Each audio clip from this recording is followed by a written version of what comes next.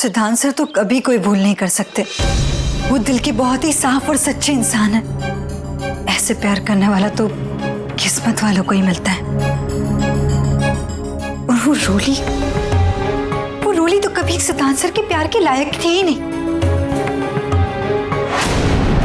जितनी तकलीफ, जितना दुख उसने सिद्धांत सर को पहुंचा है, उससे कई ज्यादा प्यार मैं उन्हें देना चाहती हूँ। सिद्धांत सर सिर्फ मेरे उनके साथ पर, उनके प्यार पर सिर्फ मेरा हक है, और इसीलिए तो मैं ये सब कर रही हूँ। थैंक यू खुशी, थैंक यू वेरी मच। अरे यार नैना, इसमें थैंक यू की क्या बात है? और वैसे भी दो प्यार करने वालों को मिलाना तो पुण्य का काम होता है ना? लेकिन उस रात भी कॉन्फ्रेंस में सिद्धांत सर सिर्फ और सिर्फ रोली के बारे में सोच रहे थे। उनका मेरी तरफ तो ध्यान ही नहीं था। अच्छा, वो नहीं था। अगर सिद्धांत रोली की याद में इतना डूबा हुआ नहीं होता ना, तो फिर हमारा प्लान ऐसे कामयाब नहीं होता, है ना?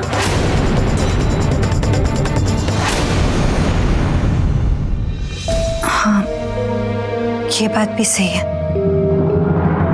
उस दिन सिद्धांत सर रोली को इतना मिस कर रहे थे कि उनकी आंखों में साफ साफ दिखाई दे रहा था। और नैना, तभी तो मैंने तेरे को फोन किया। नैना, जब इंसान प्यार में होता है ना, तब उसका दिमाग काम करना बंद कर देता है। टूटा हुआ दिल, पार्टी का माहौल और हाथ में शराब। साला इसी मौके का तो इंतजार था मेरे को। और फिर मैंने तुम्हारी दी हुई गोली उनकी ड्रिंक में मिलाती।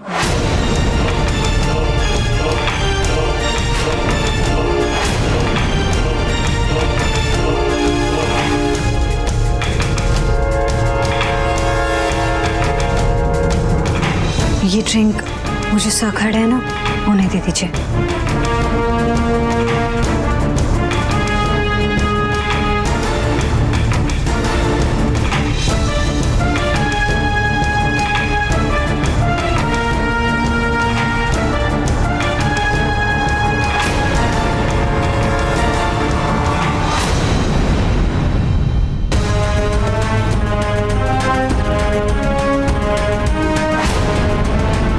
के मुताबिक मैंने सिद्धांत सर के साथ डांस किया।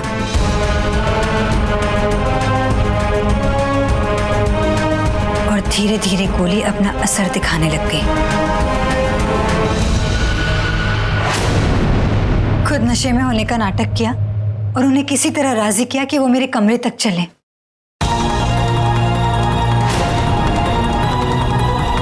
सिद्धांत सर, मेरा सर बहुत घूम रहा है, प्लीज आप मुझे मेरे कमरे तक छोड़ देंगे? ओके। इससे पहले कि मैं उनसे कुछ कह पाऊं, वो सो गए।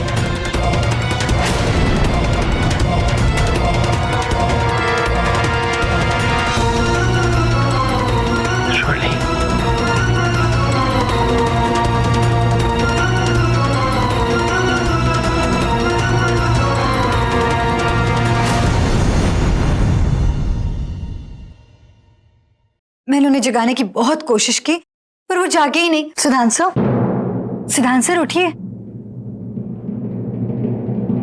पता नहीं कहां से उनके दोस्त वहां पर आ गए। कौन? नैना, मैं हूं विकास, जल्दी दरवाजा खोलो। नैना, तुमने सिद्धांत सर को कहीं देखा क्या?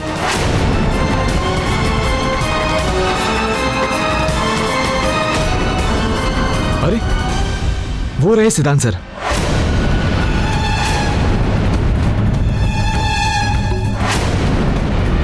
नैना, क्या हुआ इन्हें?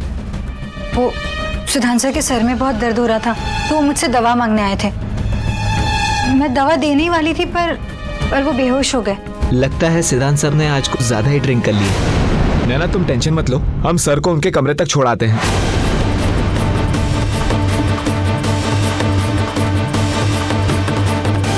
ये लोग तो सिद्धांत सर को ले गए। अब मेरे प्लान का क्या होगा? क्या करूं मैं? हाँ, खुशी को फोन करती हूँ।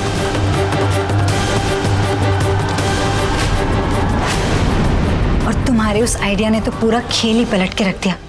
जो मौका मेरे हाथ से जा रहा था वो मेरी मुट्ठी में आ गया।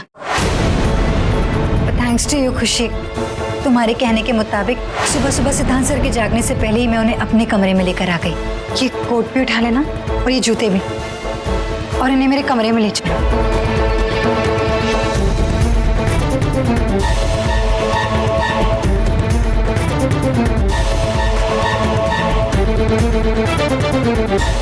वहां लटा दो।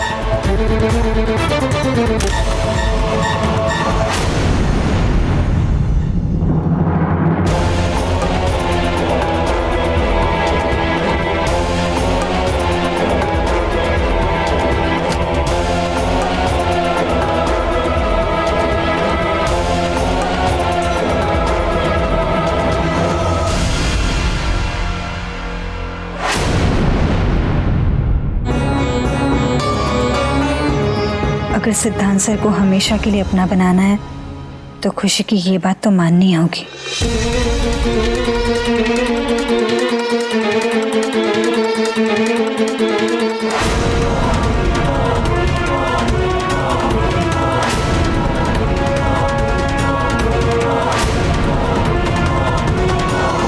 उस सुबह जब मेरी आंख खुली तब मुझे एहसास हुआ कि मुझसे कितनी बड़ी भूल हो गई है।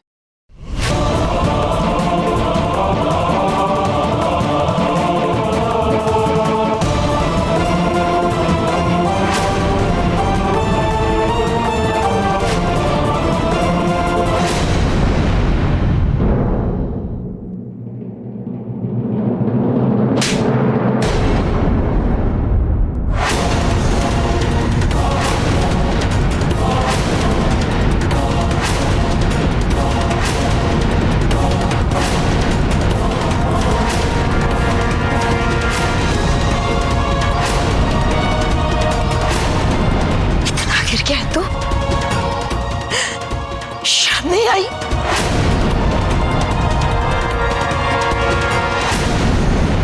एक बार भी उस बच्ची का ख्याल दिल में नहीं आया?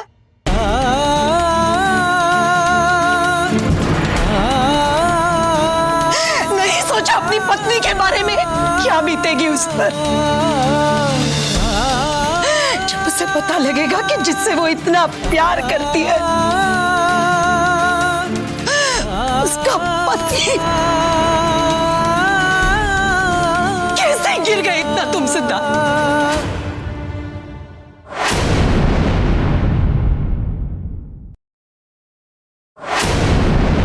यही संस्कार मिला है तुझे अपनी माताजी से, अपने माँ बाप से, अपने भारद्वाज परिवार से। यही संस्कार मिला है। इज्जत कमाने में पूरी उम्र गुजर जाती है बेटा, और कमाने में एक पल नहीं लगता। इतनी घिनौनी हरकत करने से पहले एक बार अपने परिवार की इज्जत के बारे में, अपनी मान मर्यादा के बारे में तो सोचा होता। और सिमर तुम्हें क्या हो गया है? किसने हमारे परिवार की बहू के साथ इतना बड़ा धोखा किया? इतना बड़ा विश्वासघात किया तुम्हारी बहन के साथ, और फिर भी तुम इसका साथ देती रही। तुम्हें क्या हो गया था? इस बात के बारे में मैं पहले से नहीं जानती थी माताजी।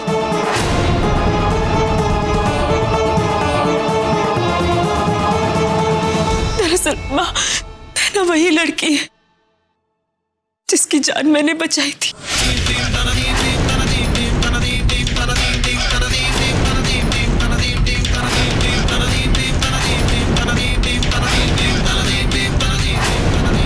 मुझे ये बात बाद में नैना से ही पता चली कि सिद्धांत जी ही उसके होने वाले बच्चे के पिता है।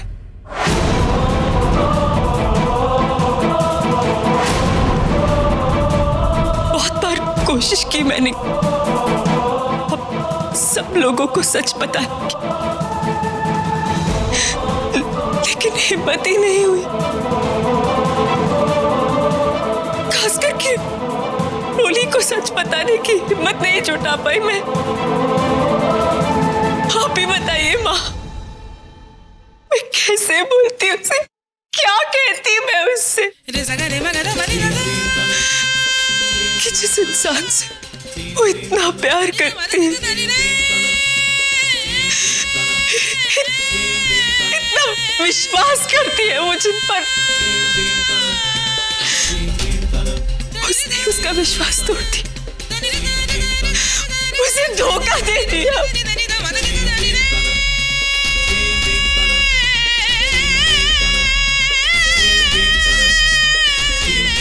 रोली कभी बर्दाश्त नहीं कर पाती, शायद इसलिए वो आज हमारे बीच नहीं है।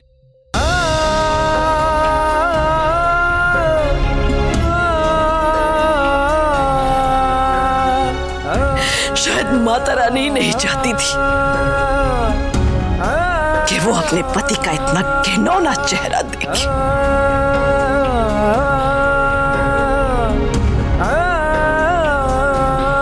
तभी तो माता रानी ने उसे